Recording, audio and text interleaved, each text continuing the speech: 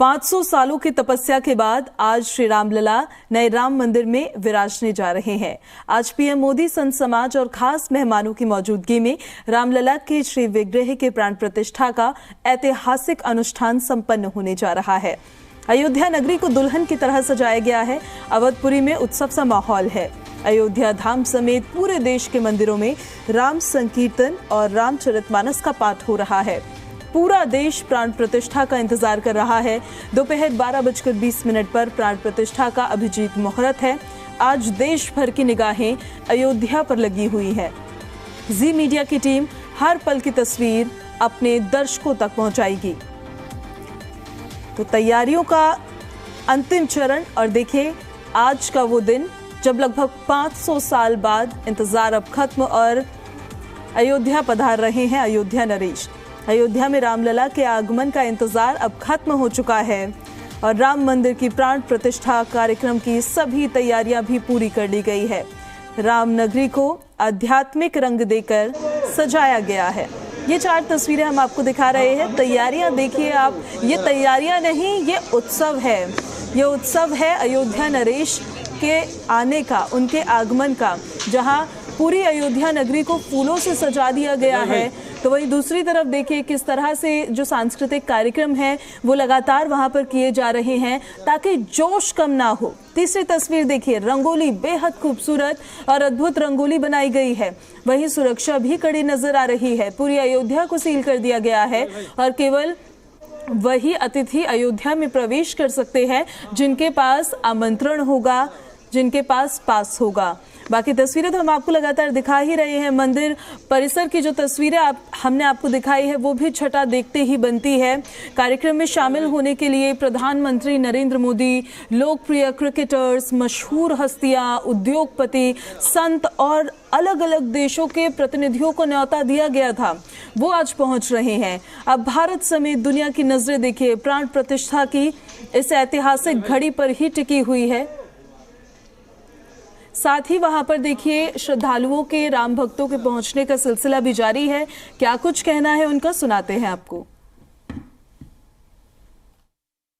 आज हम बहुत उत्साहित हैं और वृंदावन से आए हैं और आज तो हमारे श्री रामलला विराजमान हो रहे हैं अयोध्या नगरी में। तो एक अलग ही उत्साह बना हुआ है। सभी आर्टिस्ट के फेस पे आप देख सकते हैं, खूब आनंद आ रहा है।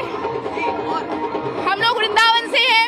वैसे तो हम राधा कृष्ण के भक्त हैं, लेकिन फिर भी हमें आज इतना उत्साह है। आज राधे राधे नहीं, आज तो जय सिया राम।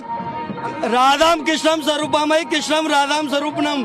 राधा ही कृष्ण है, कृष्ण ही राधा है। हम तो उस भूमि के रहने वाले हैं, ब्रज भूमि से, और हमारे यहाँ कहावत है, चारों धामों से निराला ब्रज धाम के दर्शन कर ले जी। हम तो चारों धामों से निराला ब्रज धाम से आए। नहीं, पैदल नहीं, थोड़ी सी दूर स्टेज है हमारा, उसी पे जाएंगे। 1 नंबर स्टेज है अपना। आज ये जो है बहुत ही भव्य और दिव्य प्रोग्राम रखा गया है, जो कि अयोध्या में प्रभु श्री राम की जन्मभूमि का आज प्राण प्रतिष्ठा का प्रोग्राम रखा गया है। यहाँ पे देश विदेश से तमाम हस्तियां आ रही हैं। जो है अयोध्या वासियों के लिए आज बहुत बड़ा दिन है। ये 50 सालों से प्रभु श्री राम की जो है धरती पे, यहाँ पे उनका मंदिर नहीं बना था। आज मंदिर बन के जो है प्राण प्रतिष्ठा का कार्यक्रम हो रहा है और हम लोग बहुत ही खुश हैं। ये हमारे लिए बहुत बड़ी बात है, जो है बहुत बड़ी बात है हमारे लिए। जय जय श्री राम। हमें राम से मिलने की बहुत खुशी है क्योंकि आज अयोध्या में दीपोत्सव मनाया जाएगा। हम लोग बुंदेलखंड का श्रृंगार रस प्रधान राय नृत्य लेकर आए हैं, जो राजाश्रय का आभास दिलाता है और जो राम दरबार सज रहा है। आज प्रभु राजा राम बन रहे हैं, तो राजा राम के स्वागत में हमारे श्रृंगार रस प्रधान लोक नृत्य राय की प्रस्तुति दे रहे हैं इधर, और हम लोग लोक भजन भी गा रहे हैं। तो रामकृत हो चुके हैं, राममय हो चुके हैं हम लोग। आज मयूर है, आयो रसिया मोर बन आयो रसिया, बरसाने की मोर कुटी पे मोर बन आयो रसिया। ओ आयो रसिया मोर बन आयो रसिया, बरसाने की मोर कुटी पे मोर बन आयो जय श्री राम। और यहाँ भगवान श्री राम के चरणों में आज बरसों का वनवास तोड़ के अवध नगरी में लौटे हैं राम जी। फिर से लहरेगा रंग केसरिया, राम राज की हो रही है वापसी।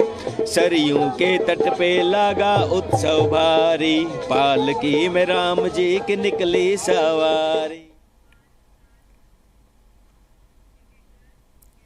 तो देखिए, बेहद अद्भुत जोश नजर आ रहा है। हमारे साथ कुछ खास मेहमान भी जुड़ गए हैं, उनका परिचय आपसे करवा देती हूँ। ज्योतिष आचार्य डॉक्टर हरलीन कौर जी हमारे साथ जुड़ गई हैं।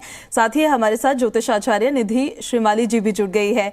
बहुत स्वागत है आप दोनों का। सबसे पहले तो जय सिया राम। डॉक्टर हरलीन कौर जी, आपके साथ शुरुआत करते हुए 1528 से लेकर 2024 तक का ये सफर, लगभग 500 सालों से ज्यादा का वक्त, कैसा महसूस हो रहा है? राम आ रहे हैं जी, बहुत बहुत अच्छा महसूस हो रहा है। बहुत एक्साइटमेंट है और पूरे भारतवर्ष में ही नहीं, पूरे वर्ल्ड में बहुत एक्साइटमेंट है अगर आप देखेंगे तो। बिकॉज मोदी जी के फैंस तो सब जगह ही है और इतना एक्साइटमेंट है, इतना सर्च इंजन में आया है, इतना सर्च किया लोगों ने कि क्या हो रहा है 22 को, आखिर क्या फेस्टिवल है, कैसे सेलिब्रेट कर रहे हैं। हर जगह दिए, हर जगह इतनी एनर्जी, इतनी एक्साइटमेंट। तो बहुत बहुत अच्छा फील हो रहा है, बहुत अच्छा लग रहा है कि ऐसा कुछ हम अपनी आंखों से देख पाए अपने टाइम में, और ये बहुत ही ऐतिहासिक रहने वाला है।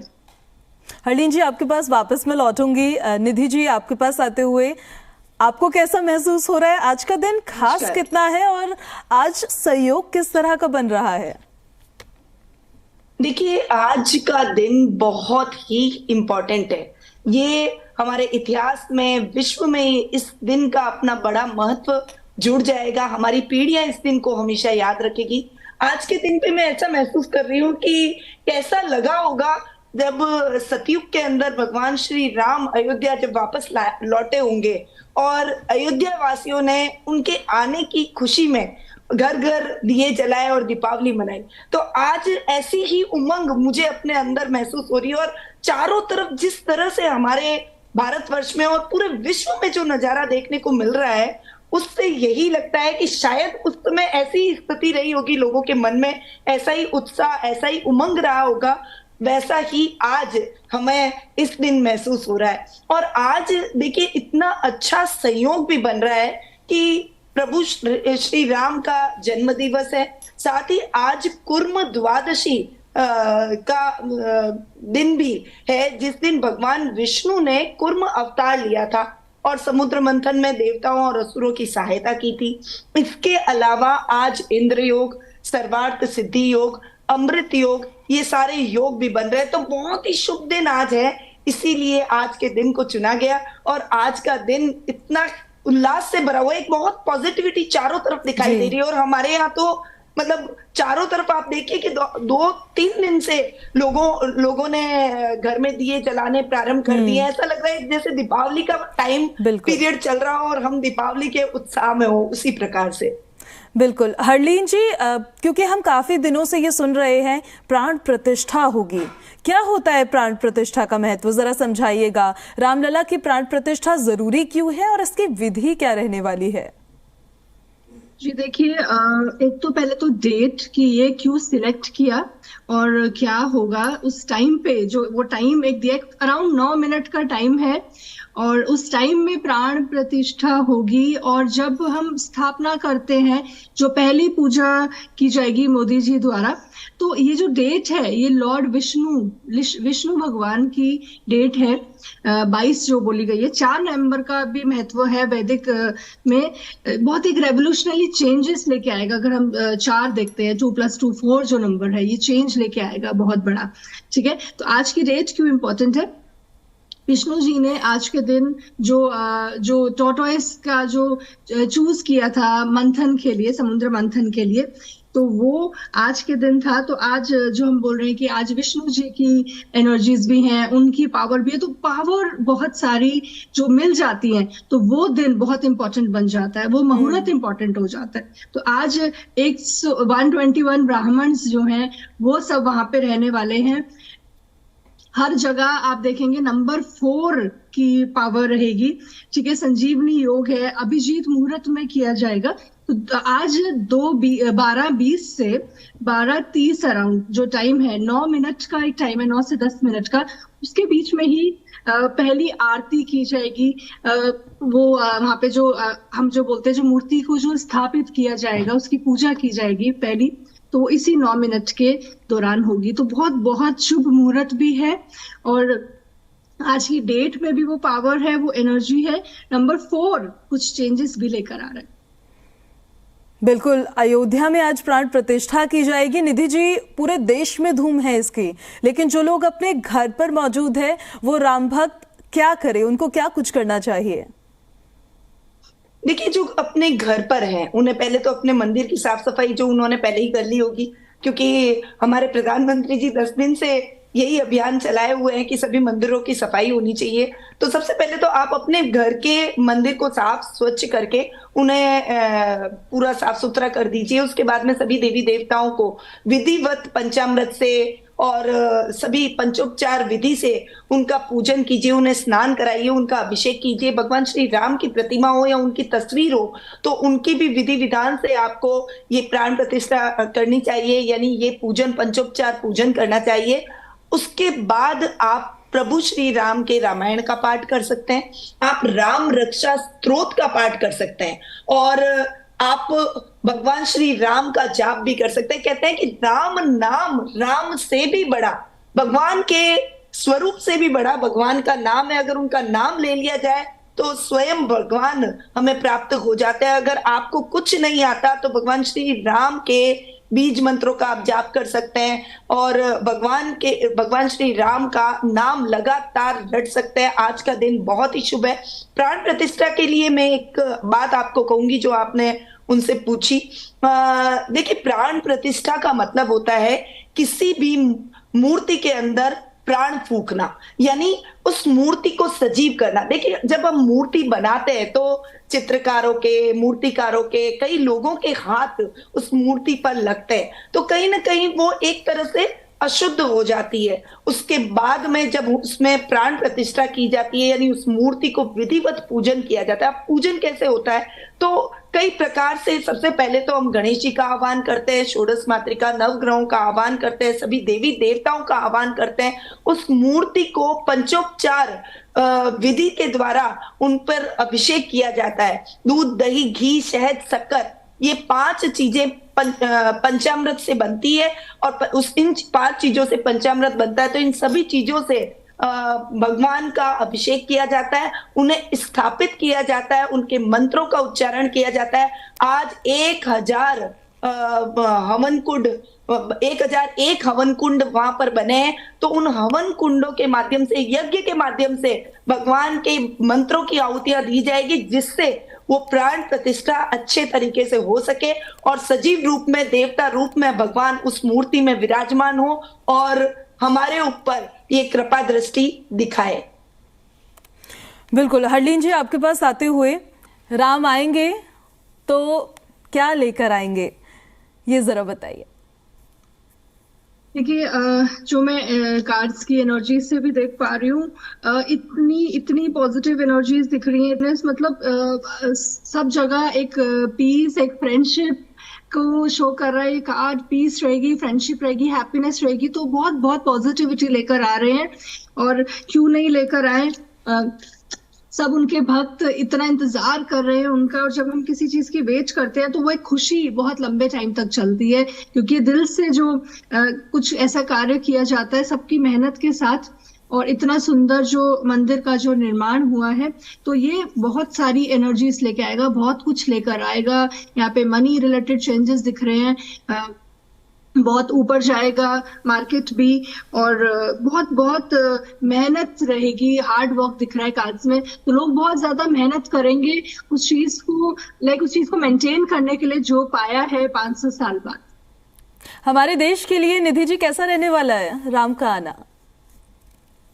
देखिए, ये एक बहुत ही पॉजिटिव वाइब, एक सकारात्मक ऊर्जा को चारों तरफ बिखेरेगा। और जिस प्रकार से देखिए सतयुग के अंदर भगवान श्री राम का युग कहते हैं कि सबसे अच्छा युग था, वहां पर कोई वैमनस्य नहीं, कोई झगड़े नहीं, आपसी विवाद नहीं, भाई बहनों में विवाद नहीं, परिवार में विवाद नहीं। आप उनका युग देखिए, इतना अच्छा युग था, वहां पर कोई किसी से नहीं झगड़ता था। और सबसे कहते हैं कि सबसे अच्छा युग सतयुग माना जाता है। तो भगवान श्री राम के इस आगमन से हमारे इस कलयुग में भी काफी हद तक पॉजिटिव एनर्जी आने वाली है, काफी हद तक एक चारों तरफ एक ऑरा बनेगा। और जो आज की स्पेशल तिथि चूज की गई है वो बहुत ज्यादा स्पेशल है। मैं आपको बता दूं कि भगवान श्री राम का जन्म अभिजीत मुहूर्त में हुआ था। उस दिन गुरु उच्च के और चंद्रमा स्वग्रही होकर बैठे थे कुंडली के अंदर। और आज भी कुछ ऐसा ही संयोग बन रहा है, नवमांश में गुरु उच्च के हो रहे हैं और आज की कुंडली के अंदर, गोचर की कुंडली के अंदर चंद्रमा भी उच्च के हो रहे हैं और काफी ग्रहों की गणनाएं भी उसी तरह से सिमिलर है। इसीलिए आज के दिन को चूज किया गया। तो आज का दिन बहुत ही महत्वपूर्ण है और अगर इस विशेष दिन पर प्रभु श्री राम की स्थापना होती है, वे अपने घर में वापस पुनः स्थापित होते हैं, तो डेफिनेटली इसका पॉजिटिव इम्पैक्ट पूरे इंडिया में हमें देखने को मिलेगा। जी हरलीन जी, अगर राम मंदिर की बात की जाए तो राम मंदिर का जो निर्माण हो रहा है उसमें स्टील या लोहे का इस्तेमाल नहीं हो रहा है, सिर्फ पत्थर से उसे बनाया जा रहा है। इसके पीछे के क्या कारण रहते हैं? देखिए, जो वाइब्रेशन होती है ना, जो पत्थर की जो वाइब्रेशन है वो होती है अर्थ एनर्जीज, क्योंकि वो धरती के साथ जुड़ा है। अर्थ से जो हम उसको यूज कर रहे हैं, तो जो उसकी एनर्जी है वो ग्राउंडेड होती है, तो बहुत बहुत पावरफुल है। अगर स्टोन यूज हो रहा है, अगर हम बोलते हैं लोहा, तो अगर हम मेडिटेशन करते हैं तो हम बेल्ट्स, लेदर, लोहे की चीजें अपने आसपास नहीं रखते, हम क्रिस्टल्स रखते हैं या स्टोन्स रखते हैं। अर्थ एनर्जीज हैं, ये वाटर एनर्जीज हैं, तो ये शांत होती हैं, ग्राउंडेड रखती है इंसान को। जो भी नेगेटिविटी है वो धरती में चली जाती है और वापस वो एनर्जीज ट्रांसफॉर्म होके यूनिवर्स से वापस से हमें मिलती है। तो ये प्योरिफिकेशन का काम भी करता है। एनर्जीज बहुत हाई रहती हैं और एनर्जीज कहीं से रिफ्लेक्ट नहीं करती, कुछ भी ऐसी नेगेटिविटी नहीं एंटर करती है। तो पत्थर का यूज होना अपनी धरती के साथ जो एनर्जीज हमारी जुड़ी हैं उसको शो करता है। चलिए, बहुत शुक्रिया आप दोनों का हमारे साथ जुड़ने के लिए। अद्भुत, अलौकिक अयोध्या राम मंदिर में प्राण प्रतिष्ठा का जिसको सभी को इंतजार था, बस वो क्षण कुछ ही और दूर है और उसके बाद पूरी अयोध्या जो होगी वो राममय होती हुई नजर आएगी।